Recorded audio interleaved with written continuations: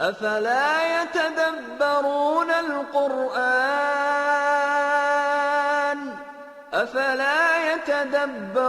القرآن أم على قلوب أقفالها أفلا يتدبرون القرآن أم على قلوب Bismillah ar-Rahman ar-Rahim.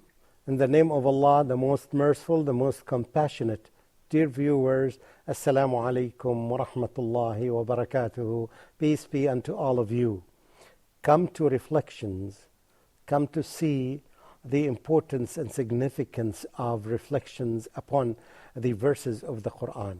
All the recitations that you have heard in the introduction, all of them have one meaning. They talk about don't you reflect upon the verses of the Quran, or do you have or are there locks on the hearts?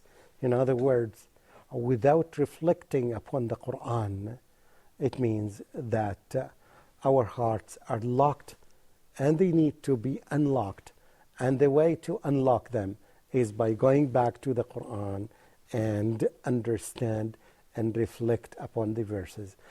Today we have this verse in chapter number 38 in the Quran, and the verse or the ayah or the evidence is number 76. It reads, أعوذ بالله من الشيطان الرجيم قال أنا خير منه خلقتني من نار وخلقته من طين.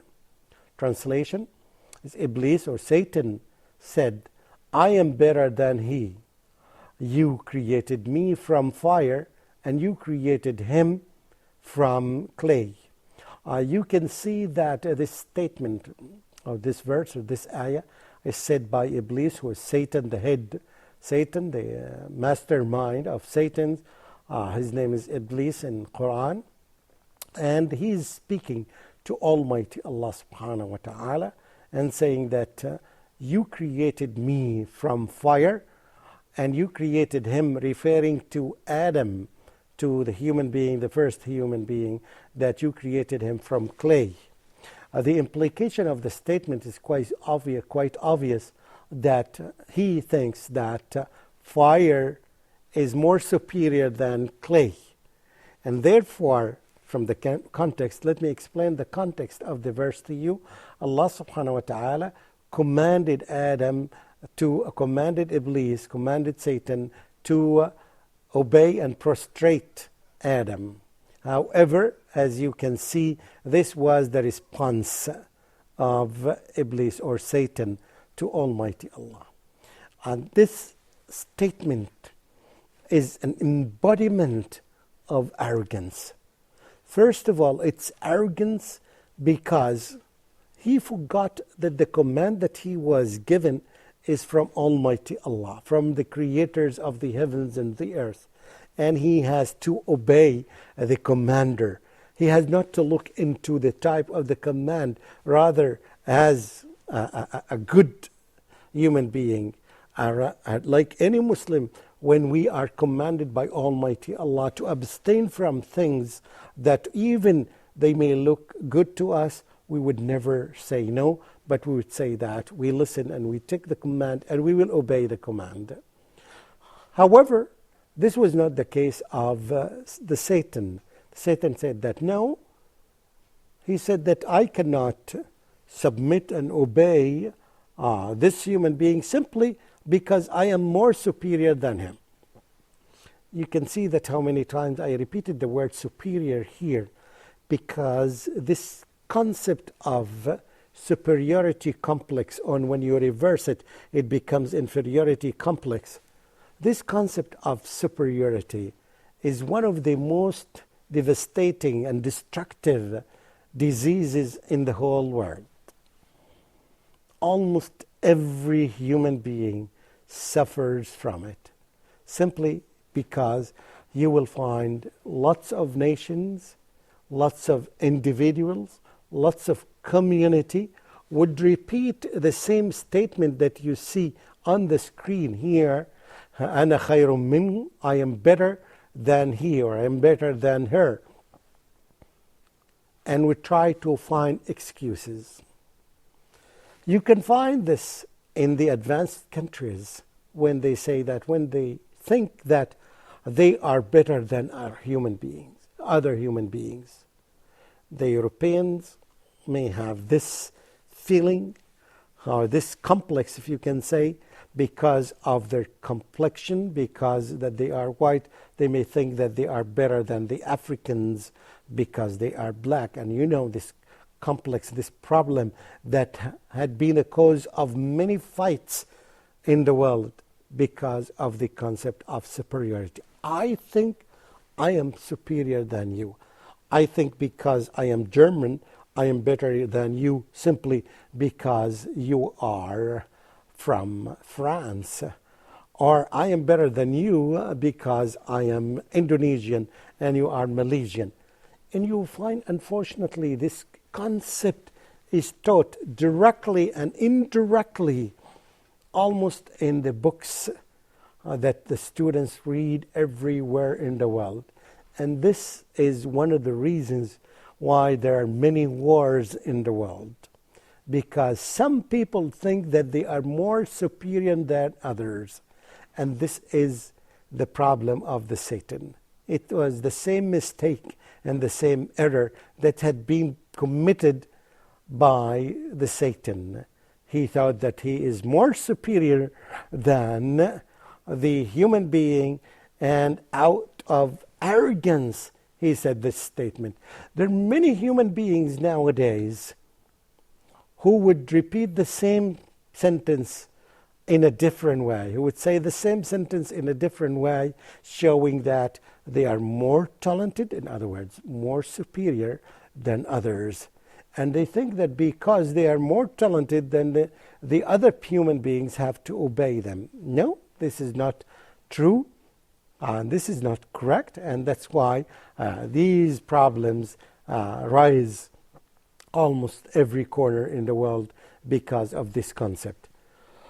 Again, this is the cause of racism in the world.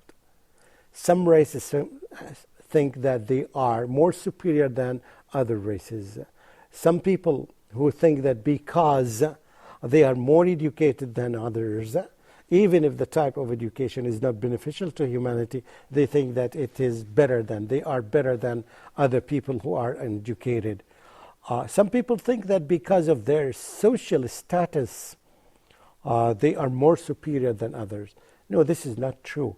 In the eye of Allah subhanahu wa ta'ala, in the way that Almighty Allah judges humans, He does not use the issue of social status. He does not look at the color of the complexion. He does not look at the nation that a human being is born in. For example, I mean, what was my error when I was born in this country or in that country? This is not out of my choice. But the way Allah subhanahu wa ta'ala is going to judge me and evaluate me according to my own choice, the belief that I selected willingly, that I think that it is better than others, and I believe in this. Accordingly, Allah subhanahu wa ta'ala will judge me, not according to the color of my complexion, or the color of my eye, or the color of my hair, or the color of anything. No, these are external factors that there is no hand in me. I did not do that. It was given to me by Almighty Allah. I think it's a very significant ayah when you reflect upon it. A husband thinks that he is better than the spouse. No, this is not true. And you are equal, but you have more responsibilities. This is true, and you have to fulfill your responsibilities before you get your rights that Allah subhanahu wa ta'ala gave you. The employer, the same thing. Yes, this is your status, this is your job, this is your responsibility in the company or in the place that you work in. However, it does not mean at all that you should feel more superior than others. One of the wise people put it in that simple way, put it in a very nice way, and I just learned it a few minutes ago when he said that the arrogant person, when he thinks that he stands on the top of a mountain, and when he stands on the top of the mountain, he looks down and sees the people look very minor and very small.